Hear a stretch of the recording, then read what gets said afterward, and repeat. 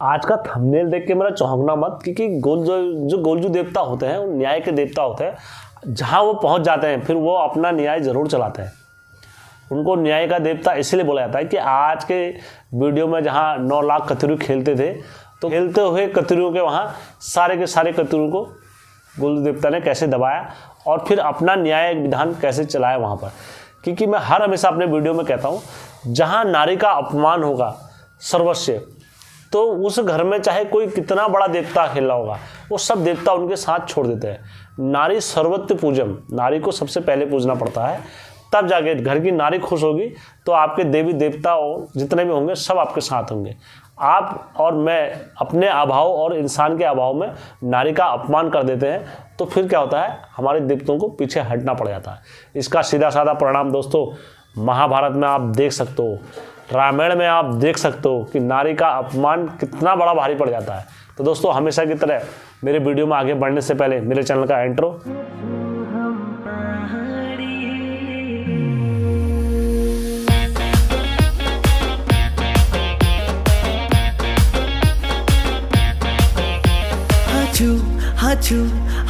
हम पहाड़ी। जय वीरकारा बजरंगी, हर हर हर हर हर हर हर हर महादेव। आप सभी के परिवार के ऊपर महादेव की कृपा और बजरंग बली का आशीर्वाद हमेशा बने रहने चाहिए। दोस्तों आज जो मेरी कहानी है, सच्ची कहानी है आज की, तो इसमें आप कतई हैरान मत होना कि गोलजू देवता ऐसा कर सकते हैं नहीं कर सकते हैं। इसका प्रमाण मैं आपको दे रहा हूँ। और जिस किसी भाई को लगे कि ये कहानी झूठी है या इस कहानी में कोई ऐसा सत्य हो रहा, कुछ नहीं हो सकता और कभी नहीं हो सकता ऐसा, तो आप लोग मेरे से संपर्क कर सकते हैं। और जिस घर में ये कहानी हुई है मैं आपको उस घर से मिलवा दूंगा, क्योंकि बहुत सारे होते हैं ना कि कभी ऐसा नहीं हो सकता करके कहने वाले। तो प्रमाण के साथ मैं आपको दे रहा हूँ। जिस किसी भाई को लगता है कि यार ये कहानी असत्य है, टेलीग्राम लिंक हमारा खुला हुआ है, आप यहाँ पर आ सकते हो और मिल सकते हो। आपसे हम ज़रूर बात करेंगे। और दोस्तों मैं इसके लिए ज़्यादा समय नहीं, 5 दिन के अंदर मुझसे कभी भी बात कर सकते हैं। तो कहानी में आगे बढ़ते हैं। जो ये कहानी है ये सल्ट साइड से आई है मेरे पास। सल्ट साइड में किस प्रकार जो गोलजू देवता ने अपना न्याय का परचम लहराया, मैं आपको सारी कहानी बताऊंगा दोस्तों। तो कहानी पर चलने से पहले मैं जितने भी मेरे किरदार हैं काल्पनिक, मैं इनके नाम चिन्हित कर देता हूं। और ये जो कुछ भी नाम रहेंगे सत्यता के आधार पर नहीं रहेंगे, काल्पनिक रहेंगे। तो दोस्तों कहानी में बढ़ते हैं आगे। खाल साइड की कहानी है, बस मैं गाँव का नाम चिन्हित नहीं कर रहा हूँ। दोस्तों एक व्यक्ति रहा करते थे और वो जो जॉब थी उनकी PWT में अपना जॉब करके अपने बच्चों का गुजारा कर रहे थे। और दोस्तों PWT में होने के बावजूद जो उनके पास पैसों का भंडार था उस वक्त, तो उस टाइम पर वो वहाँ के करोड़पति आदमी थे समझ लो। क्योंकि उनके अकाउंट में उस टाइम पर जो पैसा था वो 4 लाख था। तो पैसे इतने बेशुमार था उनके पास, विनोद के पास अपार था। और जितने भी लोग थे वहाँ पर सब उनसे दब के रहते थे, क्योंकि 4 लाख की संपत्ति होना उस टाइम पर समझ लो आज की अरबों खरबों की संपत्ति है। इतना होता था 4 लाख उस समय में। तो समय, धन, संपत्ति दोस्तों एक ऐसी चीज़ होती है, इस सभी के पास देता भगवान। तो बस उसका इस्तेमाल हम किस कार्य में करते हैं वो आप पर बुद्धि और विवेक पर रहता है। क्योंकि आज हम अच्छे कर्म करेंगे तो हमारे जो आने वाली पीढ़ियाँ होंगी तो उसका लाभ उठाएंगे, और अगर हम बुरे कर्म करते हैं तो हमारी जो नई पीढ़ी है तो उसका लाभ नहीं उठा सकेगी। तो दोस्तों इसी प्रकार से विनोद PWT में जब जॉब करते थे, काफ़ी अच्छा इनका रुतबा था और काफ़ी अच्छी इनकी जान पहचान थी। उनकी पत्नी का नाम जो था रेखा था। रेखा से एक पुत्र की प्राप्ति होती है जिसका नाम हम छत्रपाल रख देते हैं। और उनकी बहू का नाम क्या हो जाता है, जो उनकी बहू है, तो जो बहू का नाम है उनकी रजनी रख देते हैं। तो अब ये कहानी चलेगी इनके इर्द गिर्द ही चलेगी। जो विनोद था, विनोद पर जो देवता आते थे, डंगरिया आदमी होता था विनोद, उन पर जो खेला करते थे 9 लाख कतूरी खेला करते थे। और जो धामदेव जो राजा पृथुसाई के थे वो डंगरिया थे, और बड़े खतरनाक डंगरिया थे राजा पृथुसाई के। धामदेव हो गया, पृथुसाई हो गया, इनके घर में खेला करते थे।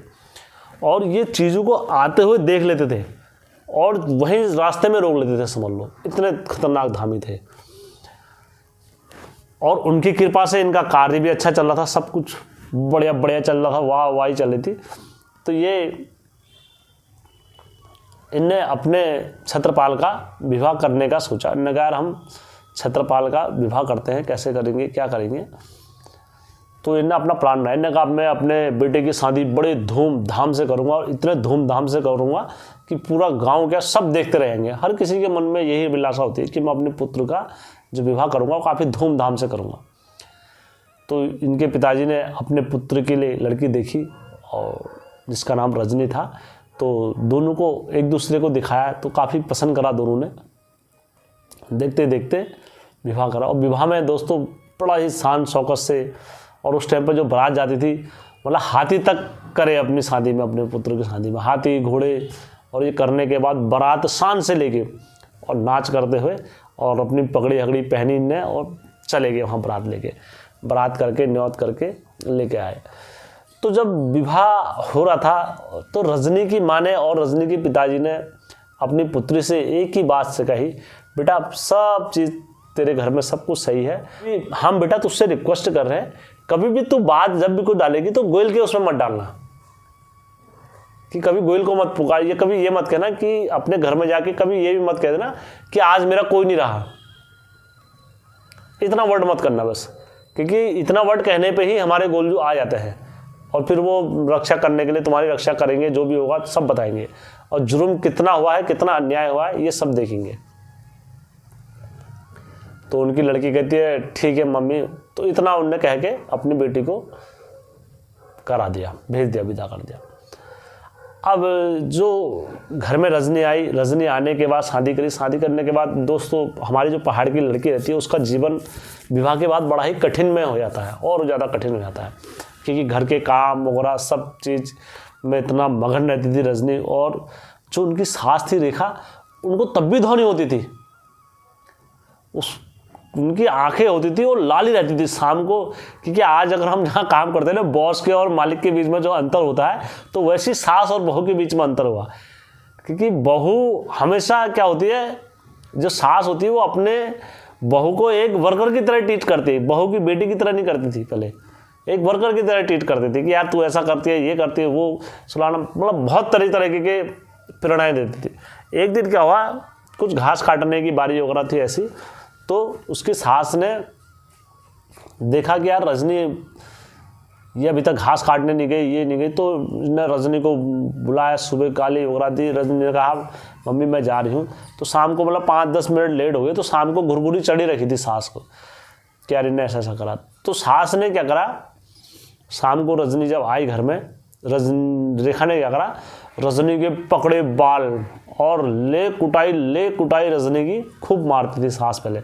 और बहू के लिए एक धर्म संकट ये होता था कि अपनी सास को पलट के जवाब नहीं देना हुआ, और जवाब तो छोड़ो उनकी तरफ को आंख उठा के भी नहीं देखना हुआ सास की, क्योंकि देखा तो फिर वो अपने माँ बेटे से कहेगी बेटा और अच्छे से खबर लेगा। तो रजनी की सास ने क्या करा, खूब मारा इसे, रजनी को खूब मारा, इतना मारा कि उसकी मतलब धौ नहीं हुई मारते मारते रेखा की। अंत में क्या पड़ा, रेखा ने पगड़ी दराती और कहा तुझे आज मैं खत्म ही कर देती हूँ, और आज मैं तेरे को चीर के 2 टुकड़े कर दूंगी तेरे। तो जैसी अब रजनी पर भी दोस्तों पैसों का घमंड हुआ, सब कुछ हुआ। तो रजनी जैसी मारने के लिए इनको जा रही थी वहाँ से, तो इतने में क्या हुआ, एक पड़ोस से एक आदमी आया, और आदमी ने वो दराती छीन ली। इनने सास ने रेखा ने कहा या तो आज तू नहीं रहेगी या मैं नहीं रहूंगी इस घर में, आज मैं तेरे को फाड़ के 2 टुकड़े कर दूंगी। तो जैसे इसकी सास बढ़ने जा रही थी, तो इतने में एक आदमी वहां से आ रहा था, बुजुर्ग का आदमी जो भी था, तो उसने दराती छीनी इसके हाथ से। उसने पागल हो रही, तू तेरी बहू हो, लड़की समान है, और ऐसे मारता, कोई कसाई की तरह बहू को मारता क्या अपने। तब इसकी लड़की ने कहा मेरे से गलती हो गई, अब मेरे को क्षमा कर दो, अपने सासू जी से बोला। फिर लड़की रोते रोते क्या करे, किचन में गई, किचन में जाके खाना पीना बनाया। शाम को जिस सास ने मारा उसी सास को शाम को खाना पीना बना के खिला दिया। तो दोस्तों लेकिन उसने कभी ये बात कही, किसी से नहीं कही ऐसे। तो इतने में क्या हुआ, इनके गांव से कभी कोई वहाँ खबरबात लेने जाता, कभी कुछ भी जाते थे पहले से। पहले समय में क्या होता था दोस्तों, फोन का इतना हमारे पहाड़ों में चलन कम हुआ करता था। पहले जो भी खबर जाती थी आदमी खुद जाके चेली बेटियों की खबरबार देते थे। तो इनके गांव से एक आदमी गया उनके गांव में, उनकी जहाँ मम्मी लोग रहते थे, मैं कहा हुआ जहाँ घर हुआ लड़की का। तो वहाँ जब आदमी वहाँ गया घर में तो उनने अपनी चेली की खबरबार पूछी। उन्होंने कहा रजनी के क्या हाल हो रहे हैं, कैसा हो रहा है। रजनी ने आज यार क्या हुआ वहाँ पर, इतना इतना खबरबार क्या है रजनी, खबरबार दो चेली बेटी की हमारे। तो जो भी आदमी खबरबार लेके जाता था तो पहले उसकी आओ भगत बड़ी अच्छी होती थी पहले से। कभी भी उन्होंने कहा यार जा रहे हो तो मेरे मिर्जावार को हमारी खबरबार दे देना, तो उस आदमी की आओ भगत बड़े अच्छे से होती थी पहले से। तो उसी प्रकार से जो ये पहुँचे वहाँ पर उनकी आओ भगत हुई। आओ भगत होने के बाद जब इनने खबरबार बताई, उन्होंने कहा ऐसा ऐसा हुआ था तुम्हारी लड़की के साथ, वहाँ पर उसकी सास बड़ी इस टाइप से है और उनने तुम्हारी चेली को मारा पीटा और उनने यहाँ तक आ गई थी नौबत की, उनका सर फाड़ने की नौबत आ गई थी। तो उसकी आँख से आंसू निकल गए, रजनी की माँ के आँख से आंसू निकल के तर तर तर तर। बस उनने कुछ नहीं कहा, उनने इतने ही शब्द कहे कि आज मेरी चेली का कोई नहीं रहा क्या वहाँ पर, जो इतनी नौबत आ गई थी। इतना जो कहा दोस्तों, तुरंत जो धार लग गई, कहाँ लग गई, सीधा गोलजू के थान पर लग गई। बुढ़िया आवाज तेरा कानून है ये, बुढ़िया आवाज तेरा कानून है ये, तेरा गदी मजरदा बोले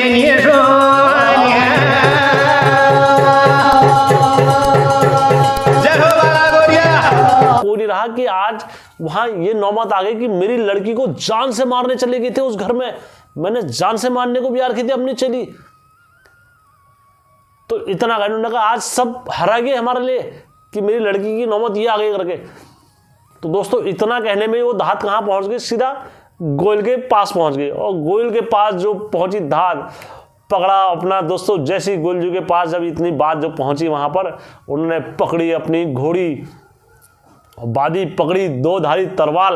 फूल सन्नारा आंखों मज रतनी आली आंखों मजर रे सोना शाही बोला और जा पुतलिया पाग परी रेशमी सलवार परी, दो धारी तलवार जो पकड़ी कमर में कतार जो धरिया लो, अपनी घोड़ी कणी रजा तुम्हा सजाना लगा।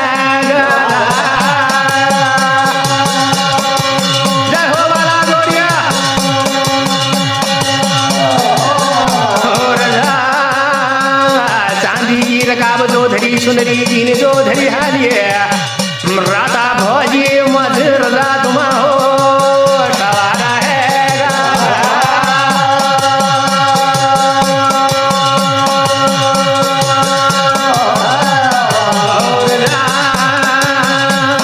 मैं जानू।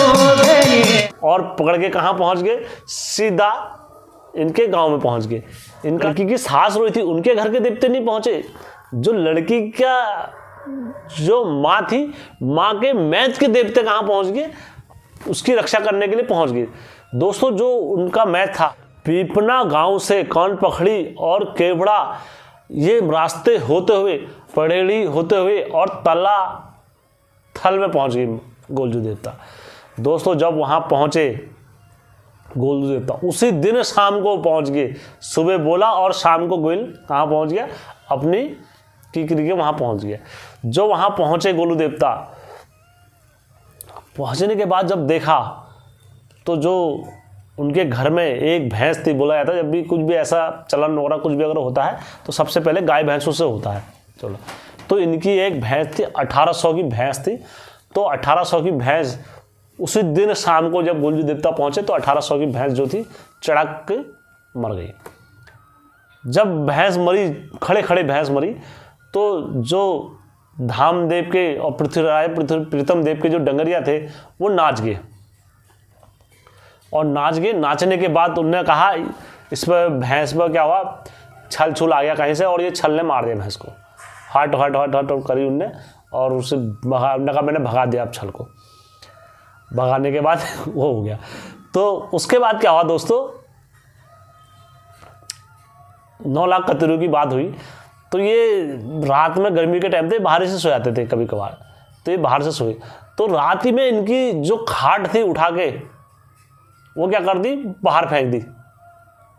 और जब खाट बाहर फेंक दी दोस्तों, तो खाट भी इनकी सही नहीं हो पाई। उसके बाद धीरे धीरे क्या हुआ, आगे बढ़ते रहे। फिर ये कहीं पुछारे पे पास गई, जिसपे मतलब वीर का डंगरिया था, मसाण और इनका डंगरिया था। तो उन्होंने जो देवता आते थे उस टाइम पर, जो वहाँ के प्रसिद्ध देवता जैसे बंगाली वीर देवता, और इनके पास गए। तो इन्होंने क्या बोला, इन्होंने बोला, जब वहाँ गए दिखाने के लिए गए, दिखाने के बाद उन्होंने क्या बोला कि इस पर क्या लग गया है, कोई मसाण या भूत लग गया है, इस पर भूत की पूजा वूजा करो। अब प्रीतम देव ने क्या करा, जो विनोद था, विनोद ने नहीं माना। विनोद ने कहा ऐसा हो ही नहीं सकता यार, ये तो मेरे लिए बेइज्जती वाली बात हो जाएगी। मैं इतने 9 लाख कतिरू हमारे घर में हुए, कुलिष्ट हुए, और मेरे ऊपर कोई आएगा। हमने जिन मसाणों की, जिन भूतों की बात कर रहे हो, हमने तो खुद साधा हुआ है मेरे घर के इष्ट ने इन देवताओं को, तो कैसा आ सकता है ये देवता, नहीं आया हुआ, मैं मान ही नहीं सकता। उन्होंने कहा नहीं तुमको ये करना पड़ेगा, सारी चीज़ें तुमको, पूजा का ये भूत का विधि विधान। वहाँ से बंगाली वीर देवताओं ने तो ये नहीं माने। तो इन्होंने इस चीज़ को, उन्होंने कहा चलो मैं करता हूँ, चलो दिखाता हूँ। तो ये घर आने के बाद इनने पूजा हो जिस हिसाब से बताया बंगाली वीरों ने, देवता उन लोगों ने, तो इनने उस हिसाब से उनका पूजा का विधि विधान कर दिया। अब उनकी तबीयत फिर खराब हो गई धीरे धीरे, और इतनी तबीयत खराब होती रही, वो क्या पड़ गए, खाट पड़ गया। इन्होंने कई जगह जतन करे, कई जगह दिखाया, और गोयल ने इनको सपनों में भी अपना स्वरूप दिखाया कि मैं ये हूँ, लेकिन ये मानने को तैयार नहीं हुई। इन्होंने कई जगह पूछ कराई, कई जगह बड़े से बड़े ढोल खोल दिए। और दोस्तों अपने हैसियत लेके और अपने हिसाब से हर कोई जाता है। ये 9 लाख कतिरों के घरों में जहाँ पूछ दिखाई, तो किसी ने क्या बताया, किसी ने ये नहीं बताया कि ये गोयल तुम्हारे घर पे आ गया है। जब तक गोयल अपने मुँह से अपना वासा नहीं खोलता है ना, तो किसी में इतनी ताकत नहीं होती है कि जो गोयल का भेद खोल दे। गोयल की ताकत ये होती है दोस्तों। अब ये ऐसा नहीं कि हेम बोल रहा है मिथ्या, ऐसा नहीं बोल रहा आप कि हेम ने अपने मन से बोला, नहीं, ये कहानी में आया है, मैं वही बता रहा हूँ। तो दोस्तों देखते ही देखते जो विनोद था, विनोद का स्वर्गवास हो गया। फिर देखते ही देखते जो इनकी दादी थी, दादी जीवित रही। जीवित रहते रहते जो रोकथाम हो रही थी, वो कतिरू के जो थे सारे देवता क्या हो गए, दब गए। फिर कभी कोई इनके घर में 9 लाख कतिरू नहीं आए नाचने। उसके बाद इनने अपने वहाँ सभी लोगों को बुलाया। उन्होंने कहा जागर लगाते हैं यार, ये ऐसी दिक्कत हो रही है हमारे घर में, क्या हो रहा है। तो इनकी माता लोगों ने, इनके घर में शुभ कार्य समझ लो होना ही बंद हो गए थे, सारे शुभ कार्य होना बंद हो गए थे। तब देखते ही देखते इन्होंने एक जागर वगैरह लगाते हैं 9 लाख कतिरू की, कहीं से हमारे घर के इष्ट जो कुलंकारी इष्ट होंगे तो प्रकट होंगे। तो इनने जागर वगैरह सब लगाई, तो कोई इनके घर में देवता वगैरह नहीं नाचे। तो फिर इनने एक जागर फिर लगाई। फिर लगाने के बाद इनने कहा यार एक गोलू देवता के डंगरिया को बुलाते हैं, चमड़खानी गोयल के देवता का डंगरिया था, उन्होंने कहा उनको बुलाते हैं। तो जब वो चमड़खानी गोयल देवता को इनने बुलाया, बुलाने के बाद जब इनकी जो सास थी रेखा, तो वो नाची रोई, और रोचने के बाद उन्होंने कहा ऐसा क्या हो गया, हमारे घर में तो इतने कतुरी थे और इतने खेलते थे, हमने तो खुद देखा है नाचते, आज हमारे देवता हरा गए क्या, आज हमारे देवता कहीं नहीं है क्या 9 लाख कतुरी जो अभी तक नहीं नाचे, सब घर में ये हो गया सो हो गया। तब जाके कहाँ पड़ी धात चमड़खान में। बीच में चमड़खान की ढा जला रहे जो, बीच में चमड़खान की ढा जला रहे जो, मामू क्या कारी से माता मान जाली गोरी से मामू की ढा जला रहे चमड़खान में। पड़ जा चमड़ा खाना धागा बड़ी रे जा, तेरी यादा धागा बड़ी रे जा, चमड़ा खाना धागा बड़ी रे, चमड़ा खाना धागा बड़ी रे। तब जाके चमड़खानी गोयल देवता खेले उस घर में, और खेलने के बाद चमड़खानी गोयल देवता ने बताया कि सोनियाई जो कुछ भी हुआ है ये सब तेरे कारण हुआ है। उन्होंने कहा जो ये तेरी बुआरी रजनी है, रजनी का घर का गोयल तुम्हारे घर में आ गया है, और उसने सारी राह रीति बिगाड़ दी तुम्हारे घर की। तो वहां क्या हुआ, बहस चल गई। रजनी ने कहा मैंने अपने कभी घर में धात मारी नहीं है, तो कैसे आ सकता हमारे घर का देवता चपड़खानी कुल देवता से बहस खरीदने का। तो उन्होंने कहा तुमने नहीं मारी है तो तब भी ये मैं वहीं का देख रहा हूँ, ये गोयल देख रहा हूँ, और गोयल ने सारे वासे रोक रखे और सारी चीज़ें गोयल ने बंद कर रखी तुम्हारे घर की, और जब तक गोयल को नहीं पूजा जाएगा तो तुम्हारे घर में 9 लाख कतूरी अब आगे नहीं बढ़ सकते। उन्होंने कहा ऐसा कैसे हो जाएगा? उन्होंने कहा ये 100% कह रहा हूँ मैं। उन्होंने कहा ठीक है। उन्होंने कहा तुम्हारी बात पर तो हम मान नहीं रहे। उन्होंने कहा ठीक, मत मानो या मत मानो तुम। उन्होंने कहा जिस दिन तेरे बच्चे बड़े हो जाएंगे ना, उस दिन देखना तेरे घर में गोयल खुद ब खुद आ जाएगा, जा मैं तेरे को वचन देता हूँ। उन्होंने पक्का। उन्होंने कहा फिर ये हमारे घर में जब तक सुख शांति और ये बने रहने चाहिए, जब तक उन्होंने कहा मेरे भाणजी भूणजी तुम्हारे बड़े नहीं होते, जब तक ये सुख शांति और सब घर में फर्क देना। तब जाके गोलजू ने बभूति लगाई।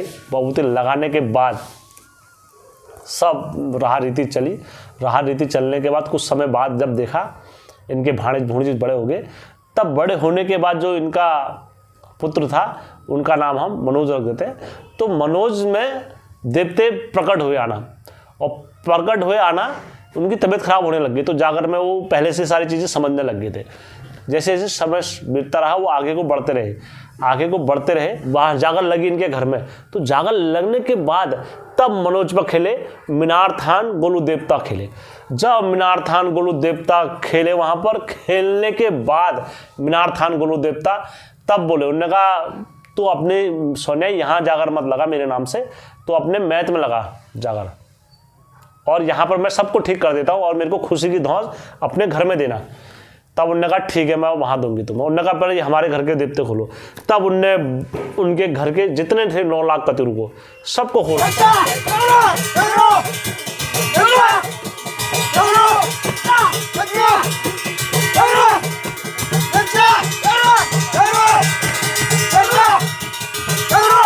बोला, उन्होंने कहा लो मैं सबको खोल देता हूँ। तो उनके घर में जितने थे रामदेव माता जिया वगैरह सब खेले फिर, और सब खेलने के बाद धीरे धीरे धीरे धीरे धीरे उनके घर में अच्छा वासा बना। तब लगी कहाँ जाकर मैत में लड़की की, रजनी के। जब मैत में लगी तब जाके उन्होंने किसको पकड़ा? रजनी की माँ को पकड़ा। उन्होंने कहा सोनियाई जब तूने ये कहा था तो मेरी पुकार का और मेरा इसका वो कौन देगा बधाई? उन्होंने कहा यार हाँ मैंने कहा था उस टाइम पर जब मेरी लड़की को मारना है तब मेरे उससे आँख से आंसू गिरे थे और मैंने गुस्से में बोल दिया था। उन्होंने कहा मेरे को वहाँ जहाँ तेरा मैत है वहाँ जाके बधाई दे मेरे को अब तू। तब जाके रजनी की मम्मी के मैत में जाके गए। मैत में जाने के बाद तब वहाँ बधाई पड़ी गोयल को। तब गोयल ने वहाँ बधाई ली, पूजा वगैरह सब ली, और पूजा वूजा लेने के बाद फिर अपने घर में आए। घर में आने के बाद तब 9 लाख कतूरू का क्या करा? इंसाफ करा इनने। तो दोस्तों ये सच्ची घटना है, इसमें कुछ भी असत्य नहीं है। जिस किसी भाई को लग रहा हो असत्य है तो दोस्तों आप मुझसे संपर्क कर सकते हो। धन्य दोस्तों, यदि मेरी कहानी और आपके पास भी कोई ऐसी अच्छी कहानी है देवी देवता की, चाहे किसी की भी हो, तो आप मेरे चैनल पर टेलीग्राम पर किसी पर भी आप मुझसे संपर्क कर सकते हो। आप हमें कहानी भेज सकते हो, मैं ज़रूर आपकी कहानी लूँगा दोस्तों। धन्यवाद। जैसे दर पे तेरे झुकता चला गया,